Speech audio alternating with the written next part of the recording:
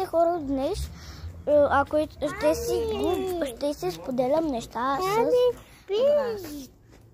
Ще споделям с вас неща, който може циганско да вдигне ръка. Аз мога. И то много добре. Не искам сега да ви показвам, който иска да напише долу, да ви покажа и ще направя клип да ви покажа.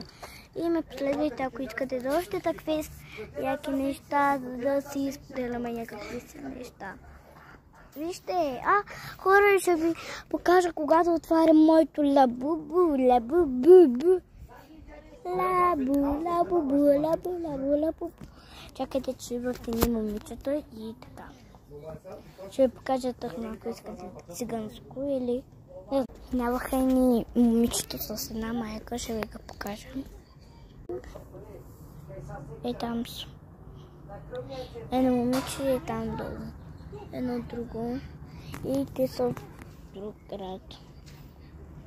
Казаха ми здравей. Мрето ти малко чудена ли си?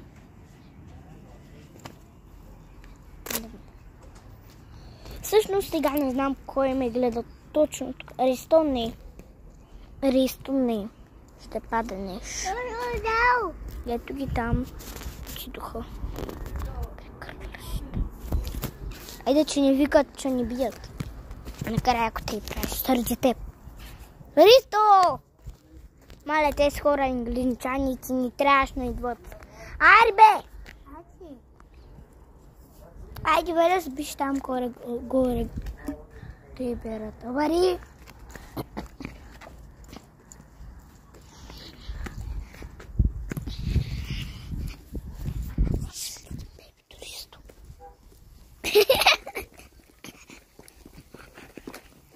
Това е на баща ми колата. Вижте каква е яка. Вижте какъв съм як. Вижте какъв съм котарък. Мале, чакай да не си излагам ръката, защото бирам цялата мръсотия. Вижте какво набирах. Аз мога лажа, ей, тук не си седнала. Трябва да си поизчиства бабате. Почти ко баба.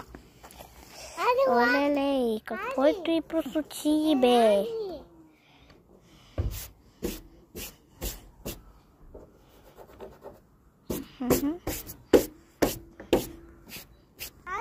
Не знам каква друга мръсотия. Ами, втора част продължавам. Няма как. И чао от мен.